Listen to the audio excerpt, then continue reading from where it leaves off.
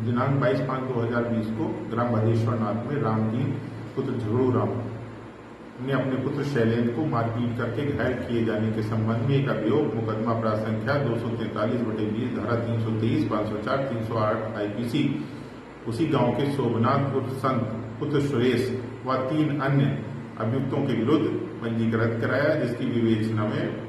Medical report के आधार पर 325 IPC की बढ़ोतरी की गई तथा सभी अभियुक्तों के विरुद्ध आरोप पत्र माननीय न्यायालय प्रेषित किया गया। उक्त प्रकरण में उक्त अभियोग के आरोपी शोभनाथ उर्फ संत द्वारा अपने अभियोग में अग्रिम विवेचना के हेतु प्रार्थना पत्र दिया गया, जिसके क्रम में पुलिस अधीक्षक महोदय द्वारा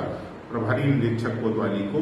173 सीआरपीसी के तहत माननीय न्यायालय से अनुमति प्राप्त करके अग्रिम विवेचना हेतु निर्देशित किया गया। उक्त प्रार्थना पत्र वर्तमान में माननीय न्यायालय में लंबित है तथा उक्त आरोप पत्र में न्यायालय द्वारा संज्ञान लिया जा चुका है। अन्य कोई कार्रवाई शोभनाथ उर्फ संत के विरुद्ध नहीं की गई है। शीघ्र ही उस प्रार्थना पत्र के संबंध में माननीय न्यायालय से अनुमति लेके शीघ्र ही वैधानिक कार्रवाई की है।